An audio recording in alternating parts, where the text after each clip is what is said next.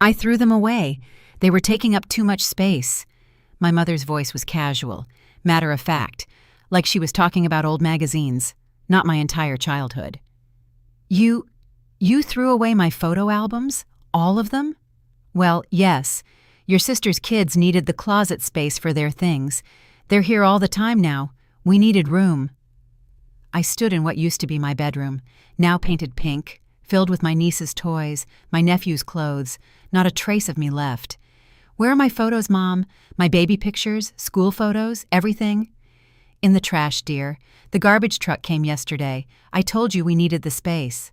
23 years of my life, every birthday, every Christmas, every milestone, gone, thrown away like garbage, because my sister Harper's kids needed a closet. That was May 2009. I was 23 years old, and my mother had just erased my entire childhood to make room for the grandchildren she actually cared about. I left that day and didn't come back for 15 years. When she finally called, crying about her lost memories, begging for photos of me as a child, I laughed. And then I told her exactly where those memories were, in a landfill, where she'd put them. If you've ever been erased by your own family, this story is for you. Hit that subscribe button and let me know in the comments. Have your parents ever played favorites so badly it destroyed your relationship? Your support means everything to me. Now let me tell you how this nightmare began. My name is Ivy Parker. This story starts long before 2009, but that's when it became impossible to ignore. I grew up in Portland, Oregon, middle-class family. My parents, Richard and Susan Parker. My older sister Harper, who was 28 when this story really begins. I was 23. Harper was always the golden child. Perfect grades, popular, married her college boyfriend, a guy named Trevor who worked in finance. They had their first kid when Harper was 26, a daughter, Ella, then a son, Mason, 2 years later. My parents were obsessed, absolutely obsessed with those grandkids. Every conversation was about Ella and Mason. Every visit centered on them. Every holiday became about what the grandkids wanted. And me? I was just there. The unmarried daughter. No kids. Working as a graphic designer making $45,000 a year. Living in a small apartment. Not the star of the show. I didn't mind at first. I loved my niece and nephew. They were cute kids. And I understood that grandkids are exciting, new, special. But it got excessive. Fast. My parents would cancel plans with me if Harper needed a babysitter, would skip my work events to go to Ella's preschool recitals, would spend hundreds on toys for the grandkids while forgetting my birthday entirely. The favoritism was blatant. But I tried to be understanding, tried to be the cool aunt, the supportive daughter, the one who didn't complain. Then came May 2009. I'd been living in Seattle for 2 years, working at a startup, building my career. I came home to Portland for Mother's Day weekend, brought flowers, planned to take Mom to brunch. I arrived at the house Friday night, let myself in with my key, called out, "Mom, Dad, I'm here." No answer. I walked through the house, found them in the kitchen with Harper, Trevor, and the kids. "Oh, Ivy, you're here." My mother didn't even look up from playing with Mason. "We weren't expecting you until tomorrow. I texted you, said I'd be here Friday evening." "Did you? I must have missed it." "Well, you're here now. Your room is ready." I went upstairs, opened the door to my childhood bedroom, and stopped. Everything was different. The walls were painted pink instead of the blue I'd chosen at 15. My bed was gone, replaced with a white toddler bed. My bookshelf was filled with children's books. My desk was covered in coloring books and crayons. This wasn't my room anymore. It was Ella's room. I walked back downstairs. "Mom, what happened to my room?" "Oh, yes, I meant to tell you. We converted it for Ella. Harper and Trevor visit so often, and Ella needed a proper room here. Your things are in the garage." "You got rid of my furniture?" "Well, you don't live here anymore, dear. You have your own place. We needed the space." "Where am I supposed to sleep?" "The couch is very comfortable, or you could stay at a hotel if you prefer." I felt like I'd been slapped. My childhood bedroom, given away without even asking me. My furniture, gone. And I was supposed to sleep on the couch in my own parents' house. Harper spoke up. Don't be dramatic, Ivy. You're 23. You don't need a princess bedroom at Mom and Dad's anymore. Ella's a child. She needs it more than you. You could have asked me, given me a heads up. Let me get my things first. Your things are in the garage, Mom repeated. We didn't throw anything away. It's all there. After dinner, where the entire conversation was about Ella's upcoming birthday party, I went to the garage, found boxes labeled Ivy's room shoved in a corner, opened them. My books were there, some clothes I'd left behind, a few trinkets. But I noticed something missing. My photo albums, the ones Mom had kept since I was born, baby pictures, school photos, family vacations, every milestone documented. They were always kept in my closet, on the shelf, safe. They weren't in these boxes. I went back inside, found Mom putting the kids to bed, waited until she came out. Mom, where are my photo albums? They weren't in the garage boxes.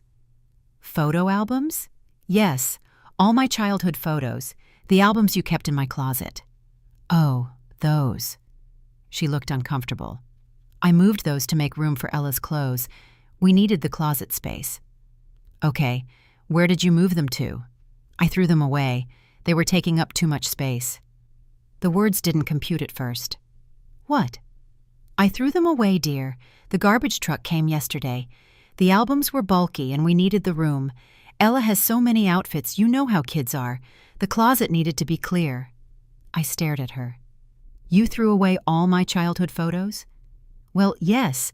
They were just old pictures, Ivy. You don't need them. You have your memories. But those were irreplaceable. My baby pictures, every year of school, every birthday, I'm sure Harper has some photos of you from when you were younger. You can ask her. Harper was 4 years old when I was born. She doesn't have photos of me.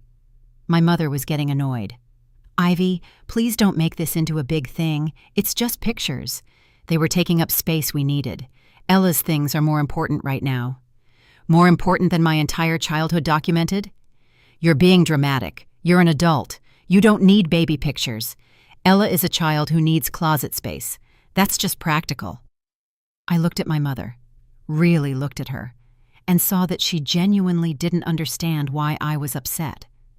In her mind, the grandkids' needs trumped everything, including preserving her own daughter's childhood. I'm leaving. What? But you just got here. Mother's Day brunch is tomorrow, and I won't be here for it. I'm going back to Seattle tonight. Ivy, don't be ridiculous. You threw away 23 years of my life to make closet space for a 4-year-old. You gave away my bedroom without asking. You're having me sleep on the couch like a guest. I'm not being ridiculous. I'm being realistic. I don't belong here anymore. I grabbed my overnight bag, walked to my car. Harper came running out. Ivy, wait! Mom's upset. You're ruining Mother's Day weekend. I'm ruining it? Harper, do you know what she did? She cleared out some old photos. So what? They were just pictures. They were my pictures, my childhood, everything. Gone. You're being dramatic. Mom needs space for her grandkids. You should be supportive. You don't have kids. You don't understand how much stuff they need. I understand that my entire childhood just got thrown in the trash, and no one even asked me first. God, Ivy, everything is always about you. Grow up. Mom has grandkids to think about now. You're not the center of attention anymore. Deal with it. I got in my car, drove back to Seattle, cried the entire 3 hours. That night, I got a text from my mother. You hurt my feelings by leaving like that. I hope you're happy. Not an apology, not an acknowledgement of what she'd done. Just blame. I didn't respond. After that weekend, I stopped going home, stopped calling regularly, stopped trying. My mother would call occasionally. When are you visiting? The kids miss you. Not I miss you. Not we miss you. Just the kids miss you. Like I only existed in relation to Harper's children. I'd make excuses. Work was busy. I had plans, maybe next month. Next month never came. Birthdays passed. My 24th, 25th, 26th. Cards came in the mail, generic ones from the drugstore. Happy birthday to a special daughter, signed by both parents. No phone call, no personal message, just a card. Meanwhile, Ella and Mason had elaborate birthday parties, themes, decorations, hundreds of photos posted on Facebook. My mother commenting on every single one. My beautiful grandchildren, I'm so blessed. Never a post about me, never a proud of my daughter comment on anything I achieved. Just grandkids, always grandkids. Harper would call sometimes. Mom's upset you never visit. You're making this family fracture. She threw away all my childhood photos, Harper. That was years ago. Get over it. You're holding a grudge. It's been 2 years, and she's never apologized. She doesn't think she needs to, and honestly, Ivy, neither do I. They were just pictures. You're being petty. Petty. That became the word everyone used. I was being petty, holding a grudge, making everything about me, being dramatic. No one acknowledged that my mother had literally erased my childhood, that she'd prioritized closet space for a 4-year-old over irreplaceable memories of her own daughter. So I stopped trying to make them understand. I just drifted away. In 2011, I got a promotion, senior graphic designer, $65,000 salary. I was proud, called my mother to tell her. That's nice, dear. Did I tell you Mason started kindergarten? He's so smart. The teacher says he's reading at a 2nd grade level. Not congratulations, not I'm proud of you, just a pivot to the grandkids. I stopped calling with my achievements. In 2013, I started my own design agency, just me and 2 freelancers, small but growing. It was a huge risk, a major milestone. I didn't tell my parents. Harper found out through a mutual friend, called me. Mom's hurt. You didn't tell her about your business. Why? So she can ignore it and talk about Ella's soccer team? You're so bitter, Ivy. It's not attractive. I hung up. By 2015, my agency had grown, 5 full-time employees, revenue crossing $500,000 a year. I was making 6 figures, living in a nice loft in Seattle, traveling, building a life my parents knew nothing about, because they'd never asked, never showed interest, never made space for me in their lives after the grandkids came along. I dated people, had relationships, broke up, met new people, normal life stuff. My mother never asked about my romantic life, never wondered if I'd met someone, never showed any interest in my personal happiness, but she could tell you every detail about Ella's friend drama and Mason's baseball statistics. I made peace with it. This was who they were, grandparent obsessed, incapable of balancing their attention, unable to see that they'd lost one daughter in their obsession with the other daughter's children. I built a chosen family, friends who celebrated my wins, supported my losses, showed up for me. They became my family, the real one, not the biological one that had erased me. Years passed. 2016, 2017, 2018. I sent Christmas cards. They sent back generic ones with photos of Harper, Trevor, Ella, and Mason. My parents in the background. One big happy family. Me cropped out, literally and figuratively. I stopped sending cards. In 2019, I sold my agency to a larger firm for $2.3 million. It was life-changing money. I was 33 years old and financially set for life. I didn't tell my parents. What was the point? They'd either ignore it or find a way to make it about the grandkids. I bought a beautiful house in Seattle, modern, lots of windows, a home office, my dream space, posted photos on Instagram. My mother followed me, never commented, never liked anything, just watched silently. But she commented on every single photo Harper posted of the kids. So beautiful. Grammy loves you. The favoritism was so blatant, so constant, that it stopped hurting. It just became a fact. The sky is blue, water is wet. My mother loves Harper's kids more than she loves me. I dated a guy named Chris for 2 years. It was serious. We talked about marriage. My parents never met him, never asked to, never knew he existed. We broke up in 2021, amicably, just wanted different things. I was sad, but okay. My mother never knew to ask if I was okay, because she didn't know I'd been in a relationship. That's how disconnected we'd become. I had therapy during this time, processed a lot. My therapist asked, "What would you need from your mother to reconcile?" I thought about it. An acknowledgement of what she did, an apology, recognition that she erased me, and it was wrong. Do you think she's capable of that?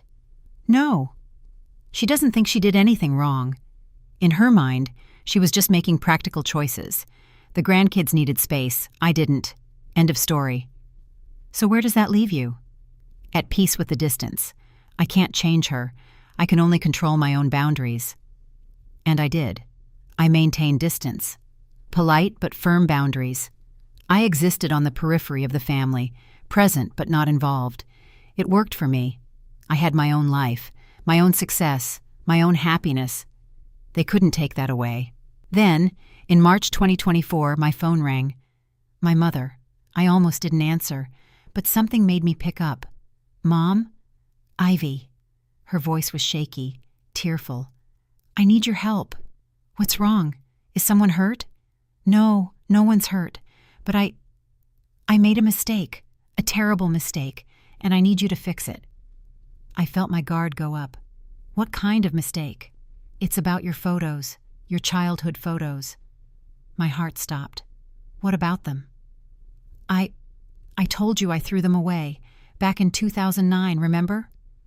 How could I forget? "Yes, I remember."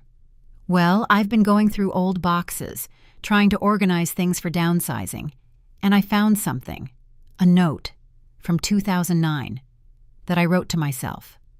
"What kind of note?" "A reminder about where I actually put your photos." I sat down. "What are you saying?" "What are—" "I didn't throw them away. I lied. I put them in the attic, shoved them in the back, behind old Christmas decorations, and I wrote myself a note so I'd remember where they were." You lied? You told me they were in the trash, that the garbage truck took them." I know. I was angry that you were making such a fuss. So I lied. Told you they were gone so you'd stop asking about them." I couldn't breathe. She'd lied. For 15 years, I'd believed my childhood photos were in a landfill, and all along, they'd been in her attic. "Why are you telling me this now?" "Because I went to the attic to get them, to look through them, and they're gone." "What do you mean gone?" "We had the attic cleaned out last month, hired a junk removal service. They took everything. I didn't realize your photos were up there until I found the note today. By then, it was too late. They're really gone now." I started laughing. Couldn't help it. The irony was too perfect. "Ivy, are you laughing?" Yes, I'm laughing. Because this is actually hilarious. It's not funny. Those were precious memories, your childhood, and now they're really gone. They were gone to me for 15 years, Mom. You told me they were in the trash. I grieved them. I moved on. The fact that you lied and they were actually in your attic all along, that just makes you look worse. I need you to help me get them back. Call the junk removal company. See if they still have them." "Why would I do that?" "Because they're your photos, your memories." "No, Mom. They were your responsibility. You kept them. You hid them. You lied about them. And now you actually threw them away by accident. That's on you, not me." "But Ivy, I want those photos. I need them. I've been going through old albums of Harper and the kids, and I realized I don't have any of you as a child. I wanted to make an album. For you. For my memories." "You want them for your memories? What about my memories? You told me they were gone. For 15 years. Do you have any idea what that did to me?" I know I was wrong. I'm sorry. But please, help me get them back. Call the company. Offer them money. Whatever it takes." "No." "What?" "No, I'm not helping you. You made this bed. Lie in it." "Ivy, please. I'm your mother. I'm asking for your help." "And I'm the daughter whose childhood you threw away to make closet space for your grandkids, who you lied to for 15 years, who you've ignored and dismissed and erased. I don't owe you anything, Mom. Least of all, help recovering photos you're only interested in now because you want them for yourself." "That's not true. I want them for you." "Bullshit. If you wanted them for me, you would have kept them. treasured them, given them to me 15 years ago when I asked. You hid them out of spite, and now you're upset because your spite bit you in the ass. Don't talk to me like that. I'm your mother. Then act like it. Mothers don't throw away their children's entire childhood. They don't lie about it. They don't prioritize grandkids over their own kids. They don't erase their daughters and then cry 15 years later when they realize they have no photos. I never erased you. Yes, you did. You gave away my bedroom, my furniture, my photos. You stopped calling on my birthday, stopped asking about my life, stopped acknowledging I existed except as Aunt Ivy. You erased me completely, and now you're sad because you want photos for an album? You want to remember a daughter you spent 15 years forgetting? She was crying now, full sobs. I'm sorry. I'm so sorry. I didn't realize. I didn't see what I was doing. Yeah, you didn't. And now it's too late. It's not too late. We can fix this. If we get the photos back, the photos won't fix this, Mom. Even if we got every single one back, it wouldn't change what you did, what you are, who you chose to be. What I chose to be? A grandmother. Only a grandmother. You stopped being my mother the second Ella was born. Harper's kids became your whole world, and I became collateral damage. Photos won't fix that. Nothing will. So that's it? You're just going to let our relationship end like this? Our relationship ended 15 years ago, Mom. You just didn't notice, because you were too busy being Grammy to Harper's kids. I love you, Ivy. I've always loved you. You have a funny way of showing it. Love isn't just words, it's actions, and your actions have shown me exactly where I rank, dead last. Please, please don't do this. Don't cut me off. I'm sorry, I'll do better. I'll make time for you. It's 15 years too late for that. I'm done, Mom. I've been done. I just didn't have the guts to say it until now, but I'm saying it. We're done. Ivy. I hung up, blocked her number, sat there shaking. My phone rang again. Harper's number. I answered. What the hell did you say to Mom? She's hysterical. I told her the truth, that she erased me, that I'm done being the forgotten daughter. You're so selfish. She's trying to apologize, and you're throwing it in her face. She's apologizing because she wants photos, not because she actually realizes what she did. She does realize. She's crying about it. She feels terrible. Good. She should feel terrible. She's been a terrible mother to me for 15 years. You're being cruel. She's old. She's your mother. You should forgive her. Why? Because she's old? Because she gave birth to me? That doesn't erase 15 years of favoritism and erasure. She didn't erase you. She loves you. She loves the idea of me, the daughter she can point to and say, I have 2 daughters. But she doesn't actually know me, doesn't care about my life, doesn't show up for me. That's not love, Harper. That's obligation. And I'm done with it. Fine. Be alone. Be bitter. But don't blame us when you're old and alone with no family. I won't be alone. I have family, real family, people who chose me and show up for me, not people who share my DNA and forgot I existed. You're pathetic, and you're complicit. You watched Mom erase me and said nothing, did nothing. You benefited from the favoritism and never once stood up for me. So fuck you too, Harper. I hung up, blocked her number too. Then I called my best friend, Jade. Can you come over? I need to talk. She was there in 20 minutes. I told her everything. The phone call, the photos, the 15 years of lies. Oh my God, Ivy, what are you going to do? Nothing. I'm not helping her find them. I'm not fixing this. I'm done. Are you sure? What if you regret it later? I won't. Those photos were gone to me 15 years ago. The fact that they were in her attic all along doesn't change that I grieved them. Moved on. Built a life without them. Getting them back now wouldn't give me my childhood. It would just give her relief from her guilt. And I don't care about her guilt. That's fair. She made her choices. Exactly. And now she gets to live with the consequences. The next few weeks were quiet. No calls, no texts. I assumed my mother and Harper had finally gotten the message. Then I got a Facebook message from my father. I'd forgotten I hadn't blocked him. "Ivy, your mother is devastated. Please reconsider. She wants to make things right." I responded, "She wants photos. That's not the same as making things right. Tell her to enjoy the thousands of photos she has of Harper's kids." "That's unfair. She loves you." Then she should have acted like it. For the last 15 years. She didn't. So now we're here. You're being cruel. She's your mother. She's sorry. "Dad, honest question. When's my birthday?" A long pause. Then, "June something?" "It's April 3rd. My birthday is April 3rd. I'm 38 years old. You don't even know when my birthday is. But I bet you know Ella and Mason's birthdays, down to the exact time they were born." "That's not fair. I'm bad with dates. You remember their dates. You just don't remember mine. That tells me everything I need to know about where I rank. Same as Mom. Dead last." "We never meant to make you feel that way." "But you did, for 15 years. And now you want me to pretend it's fine because Mom is crying about photos she lied about and then lost?" "She wants to see you. Talk to you. Can you at least give her that?" "No. I gave her 15 years to see me, to talk to me, to care about me.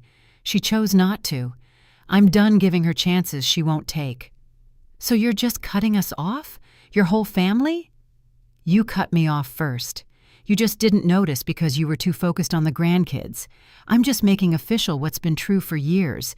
We're not a family. We're strangers who share DNA." He didn't respond. I blocked him too. A few days later, I got a call from a number I didn't recognize. Voicemail. It was the junk removal company.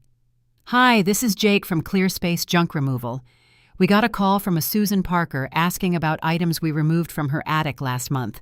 She's looking for photo albums. We have a storage unit where we keep items for 90 days in case of mistakes." I checked, and we do have several boxes labeled photos from her address.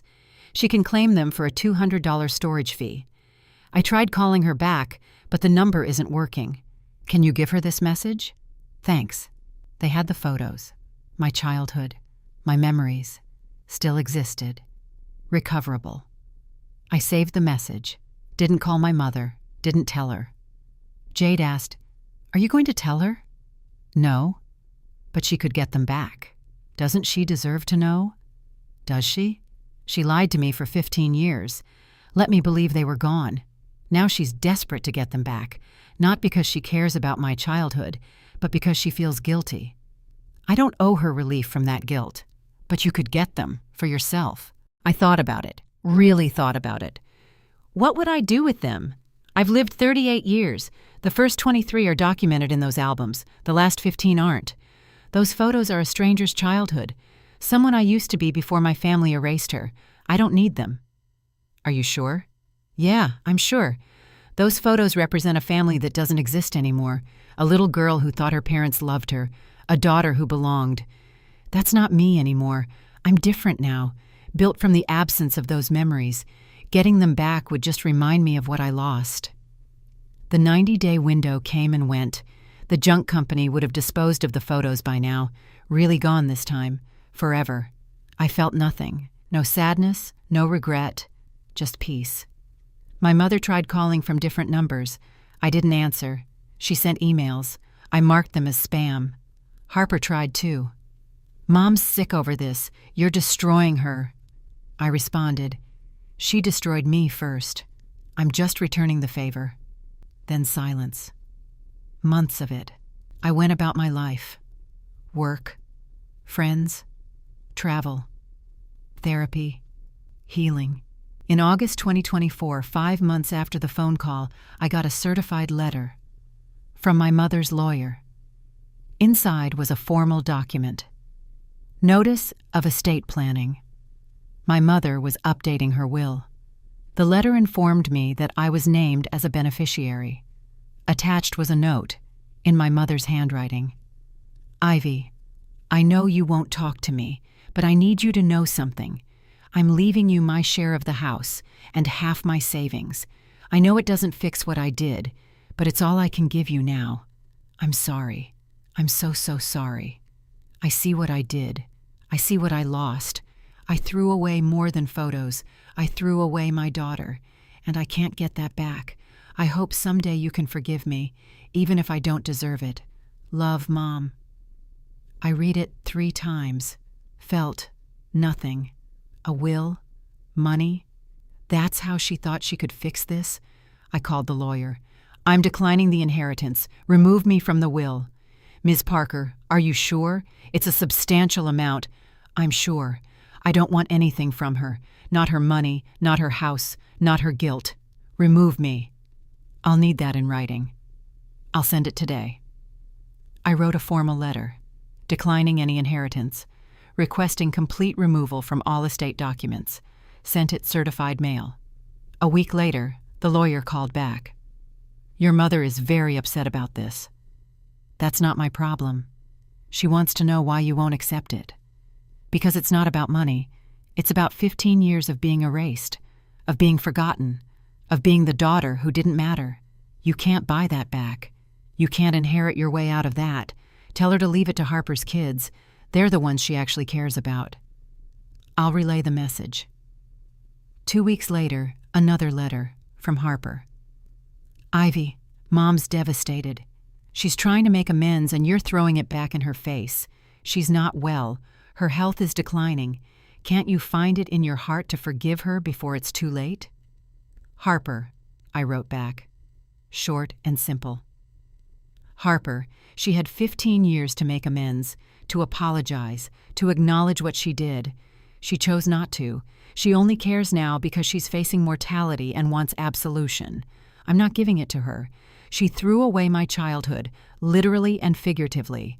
Now she gets to live with that. Forever. Ivy. I didn't hear back. In October 2024, I got a call from my cousin Rachel, my dad's niece. We'd always been friendly. Ivy, I heard what's going on with your mom.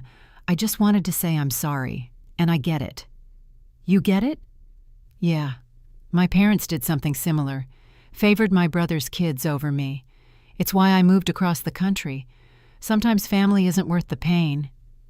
Thank you. Everyone else thinks I'm being cruel. You're being self-protective. There's a difference. Your mom made her choices. Now she's upset about the consequences. That's on her. Exactly. For what it's worth, I'm proud of you. For setting boundaries. For choosing yourself. That takes courage. We talked for an hour, shared stories, bonded over being the forgotten daughters. It was healing. A few days later, Rachel sent me a Facebook message. Did you see Harper's post? I hadn't. I'd unfollowed Harper years ago, but I looked. It was a long post, about family, about forgiveness, about how some people hold grudges forever over small things while their parents suffer. The comments were filled with support for Harper, people saying family is everything, and life's too short to hold grudges, and forgive your mother before it's too late.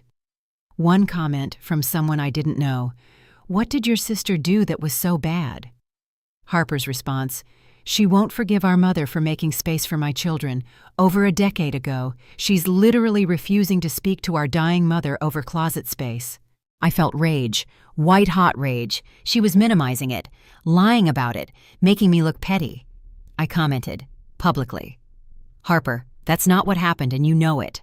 Mom threw away all my childhood photos, every baby picture, every school photo, every memory from birth to age 23, to make closet space for Ella's clothes. Then she lied and said the garbage truck had taken them. I believed they were in a landfill for 15 years. She only admitted the truth when she accidentally threw them away for real. She wants me to help her get them back, not because she cares about my childhood, but because she feels guilty. And you've watched her erase me for 15 years and said nothing. So don't you dare minimize what happened to make yourself look good. I posted it. Let it sit there. Public. Truth. Harper deleted my comment within minutes, blocked me, then posted, "This is exactly why I keep my distance. Some people rewrite history to justify their bitterness." But the damage was done. Rachel had screenshot my comment. shared it with other family members, asked them to share it. By evening, dozens of people had seen it. The narrative shifted. People started questioning Harper's version, asking for context. An aunt I barely knew messaged me, "Is this true? Susan threw away your photos?" "Yes, all of them, then lied about it for 15 years. "Oh my God, I had no idea. Harper made it sound like you were overreacting to something minor." That's what she does. Minimizes, protects Mom, makes me the villain. Other family members reached out, cousins, aunts, uncles, all shocked, all apologetic, all saying they hadn't known the full story. My uncle, Dad's brother. "Ivy, I'm sorry. If I'd known, I would have said something. What Susan did was wrong, really wrong." "Thank you. Are you okay? Really okay?" "I am now. It took 15 years and a lot of therapy, but I'm okay." "Good. You deserve to be okay." The family started dividing. Some sided with me, some with my mother, some stayed neutral. Harper went silent, deleted the original post, probably got feedback she didn't like. My mother tried calling again, from my uncle's phone. I answered by accident. "Ivy, don't. I know it's you. Don't use other people's phones to get around my boundaries." "Please, I just want to talk. To explain." "Explain what? That you threw away my childhood? That you lied about it? That you only care now because you got caught? There's nothing to explain. It's all very clear." "I was wrong. I see that now. But please, give me a chance to make it right." "You can't make it right. The photos are gone. My childhood is gone. The relationship we could have had is gone. You destroyed it all. There's nothing left to salvage." "But I love you." "No, you don't. You love the idea of me, the daughter you can claim exists. But you don't actually love me. Real love shows up. Real love pays attention. Real love doesn't throw away someone's entire childhood. You failed me, Mom. Completely. And I'm done pretending it's okay." "Ivy, please." I hung up, felt tears coming, but also relief. I'd said it. All of it. Everything I'd held in for 15 years. Jade came over that night, brought wine. We sat on my couch. "How do you feel?" she asked. "Free, sad, angry, relieved, all of it." "That's normal. You're grieving." "Grieving what? A mother I never really had?" "Grieving the mother you deserved. The one who should have kept your photos, who should have made space for you, who should have seen you." "Yeah, I am grieving that. The mother I needed but never got." "It's okay to grieve that, even while standing firm in your boundaries." "I know. It's just hard. Part of me wants to forgive her, to make peace, to have a mother before she's gone. But she's not the mother I need. She's the mother who threw me away. And I can't pretend that's okay just because she's old and dying. That wouldn't be fair to me, to the child I was, to the woman I've become." "Then don't. Stay firm. You've earned that right." I did. Stay firm. Even when it was hard, even when people judged me, even when my mother sent more letters, more apologies, more pleas. I didn't respond, didn't waver, didn't break, because I'd already been broken. By her. 15 years ago. And I'd spent those years putting myself back together. I wasn't going to let her break me again. In December 2024, 9 months after the initial phone call, I got a message from Ella, my niece, now 19 years old. "Aunt Ivy, can we talk? It's about Grandma and some things I found." I was hesitant, but curious. "What kind of things?" "Photos and letters in Grandma's basement. I think you need to see them." "Can you send pictures?" "I'd rather show you in person. Can we meet? I'm in Seattle for college, at UW. I could come to you." I agreed. We met at a coffee shop near my house. Ella had grown up, looked so much like Harper, but her eyes were different, kinder, less judgmental. "Thanks for meeting me," she said. "I know things are complicated with the family. That's one word for it. I wanted to show you these." She pulled out a folder. "I was helping Grandma clean out the basement last month. Found a box labeled Ivy, keep hidden. Inside were these. She spread out photos on the table. My childhood photos. Not all of them, but dozens. Baby pictures, school photos, Christmas mornings, birthdays. My breath caught. Where did these come from? That box. In the basement, behind old furniture. Grandma must have hidden them there, years ago. But she said they were in the attic, that the junk company took them. These weren't in the attic. These were deliberately hidden. And there's more. Ella pulled out letters. These were in the box, too. Letters from you, from over the years, that Grandma never responded to. I looked at the letters. My handwriting. Letters I'd sent in college, after graduation. Birthday cards, Christmas cards. Dozens of them. All unopened, all ignored. She kept them but never read them? Looks like it. And there's something else. Ella pulled out a journal. Grandma's diary, from 2009. Why are you showing me this? Because you deserve to know the truth, the real truth, not the version she's been selling. I opened the diary, found the entry from May 2009, the month she threw away my photos, or claimed to. The entry read, "Threw Ivy's photos in the garage, told her they were in the trash. She was so upset. Good. Maybe she'll stop being so selfish about the bedroom. Everything has to be about her.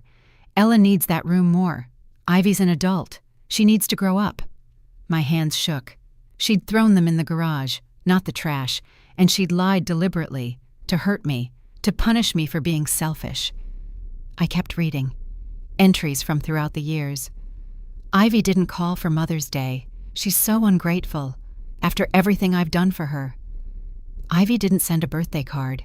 She's cutting us off over nothing. So dramatic. Harper says Ivy started a business. Didn't even tell us. She's so independent. Doesn't need us. Fine. We don't need her either. Page after page of resentment, blame, justification. Never once acknowledging her own role. Never once admitting that she'd pushed me away. And then, a recent entry. From March 2024, after the phone call. Called Ivy about the photos. She refused to help. Said terrible things. Called me a bad mother. After everything I did for her. She's cruel, heartless. I don't know where I went wrong with her. Even in her private diary, she was the victim. I was the villain. She couldn't see it. Couldn't admit it. Couldn't take responsibility. I looked at Ella. Why are you showing me this? Because it's not fair. What she did to you. What she's been saying about you. I grew up hearing that you were the problem, that you abandoned the family over nothing, but it's not true. She pushed you away, and she's been lying about it ever since. Does Harper know you're here? No, and she'd kill me if she found out. But I don't care. You're my aunt. You deserve the truth. Thank you. Really. This means more than you know. What are you going to do with this? I looked at the photos, the letters, the diary. Evidence of 15 years of lies. I don't know. Part of me wants to post it all online, let everyone see who she really is, but that feels petty. It's not petty, it's truth. Maybe, but I don't need to prove myself anymore.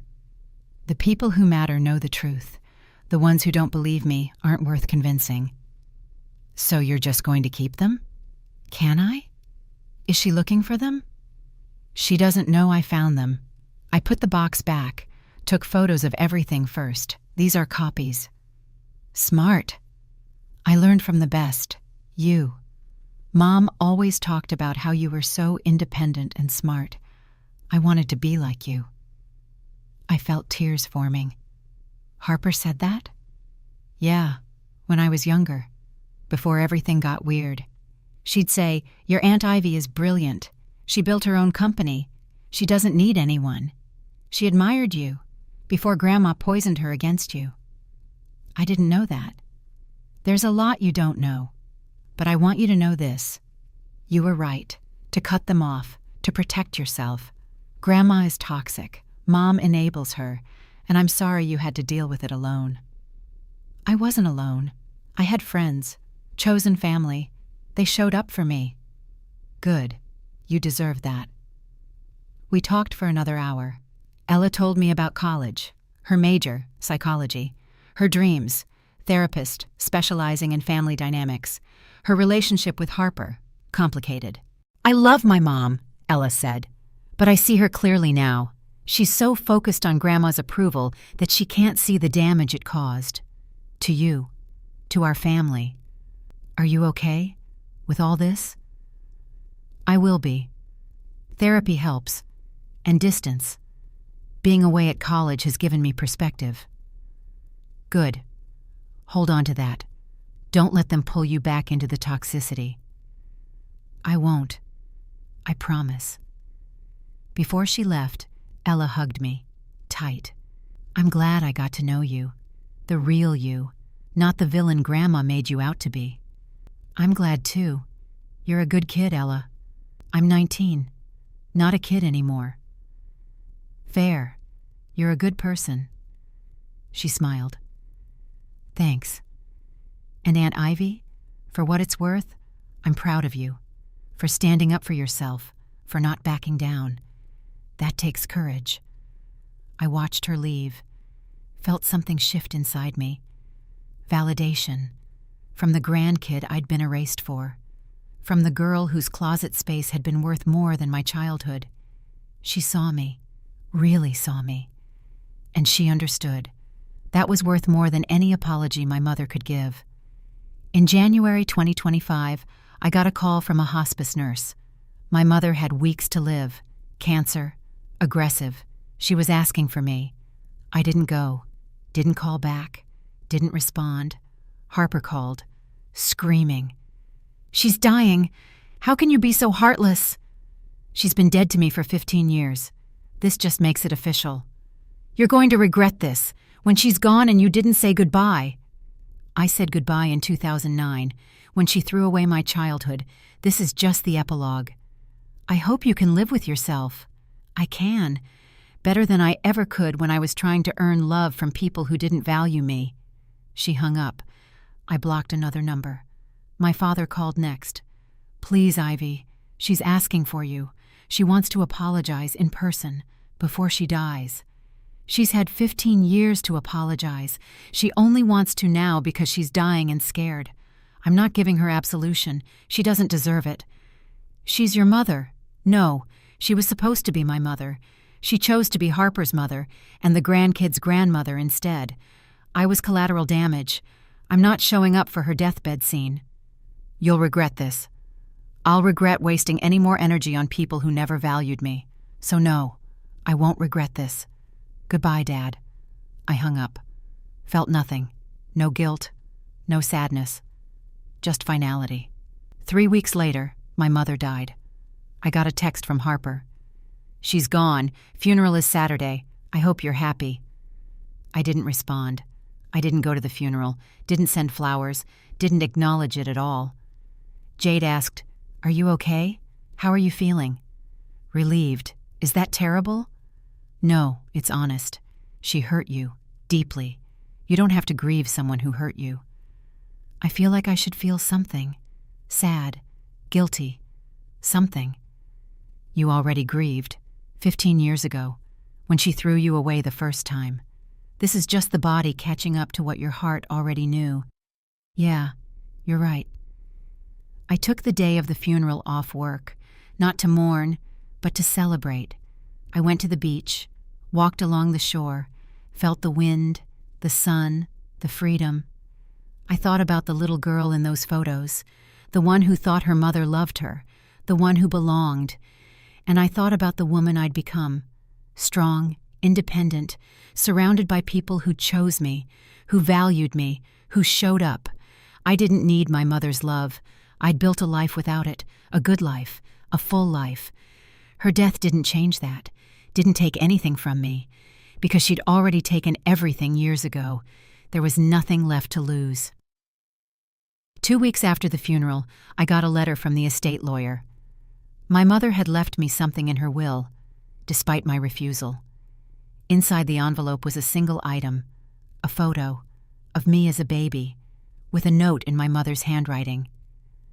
Ivy, this is the one photo I kept of you and me, right after you were born, before everything got complicated. I'm sorry I couldn't be the mother you needed. I'm sorry I chose wrong. I'm sorry I lost you. I hope someday you can remember that I loved you, even if I showed it poorly. Love, Mom. I looked at the photo. My mother holding newborn me, both of us looking at the camera, her eyes full of love, wonder, hope. That woman didn't exist anymore. She'd been replaced by someone who threw away her daughter's childhood, who lied, who favored grandkids over her own child, who only apologized when facing death. I put the photo in a drawer, didn't throw it away, but didn't display it either, just kept it. Evidence of what could have been, what should have been, what never was. Harper sent one final message. Mom left you that photo. It was the only one she had of you. She kept it by her bed, looked at it every day. She loved you, Ivy. She just didn't know how to show it. I responded, love is a verb. It requires action. Looking at a photo isn't love. It's nostalgia for something she destroyed.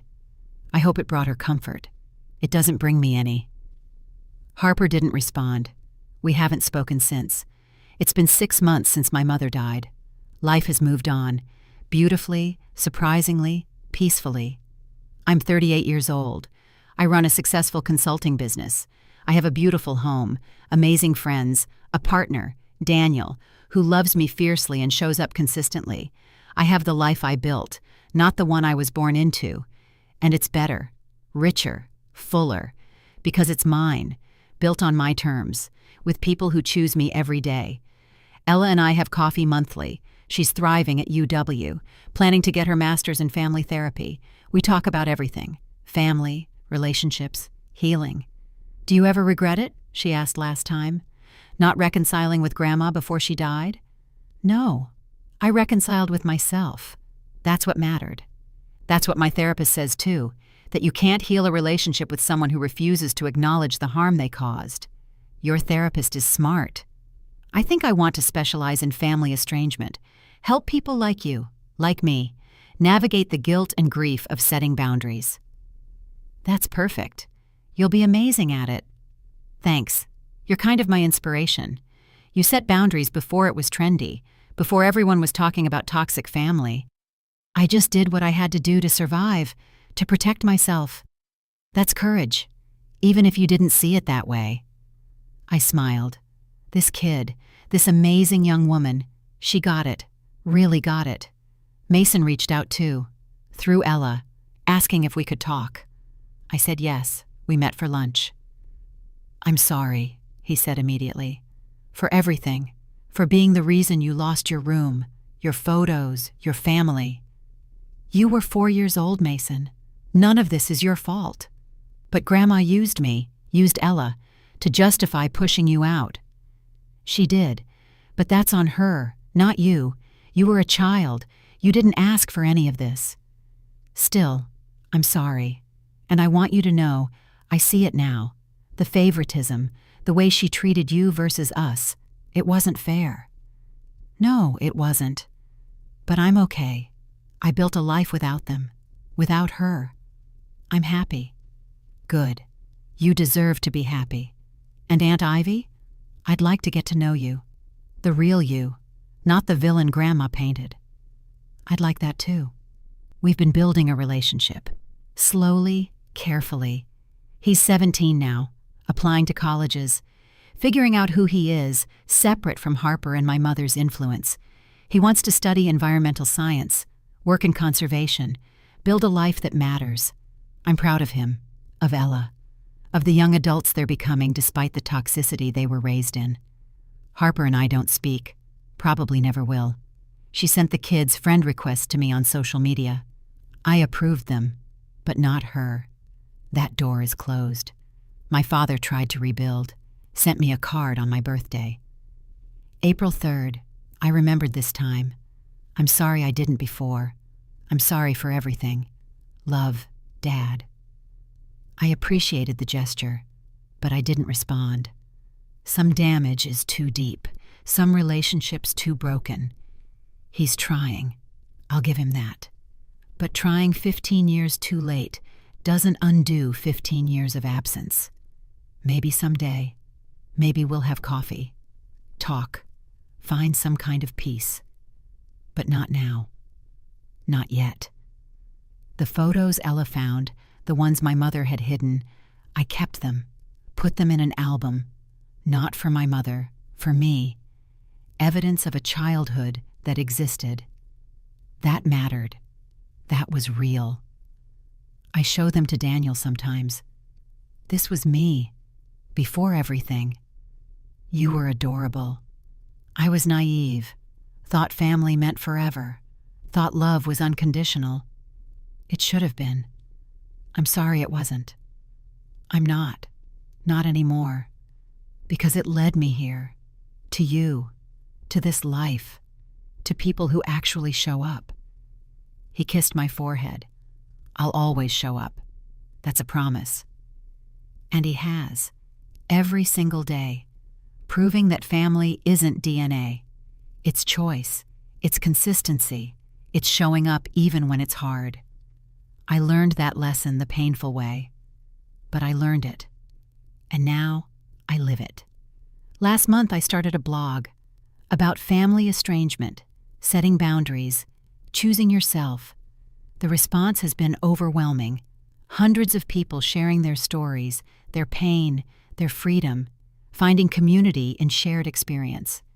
One message stood out. My mother threw away my childhood photos too, to make room for my sister's kids. Reading your story made me feel less alone. Thank you. I responded, "You're not alone, and you're not wrong for protecting yourself. Your childhood mattered. You mattered. Don't let anyone convince you otherwise. That's become my mission, helping others see what I finally saw, that you can walk away, that you can build a new life, that you deserve love that shows up." I'm Ivy Parker. I'm 38 years old. 15 years ago, my mother threw away all my childhood photos to make room for my sister's kids' clothes. Then she lied about it for years.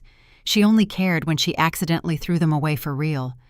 Called me crying about lost memories.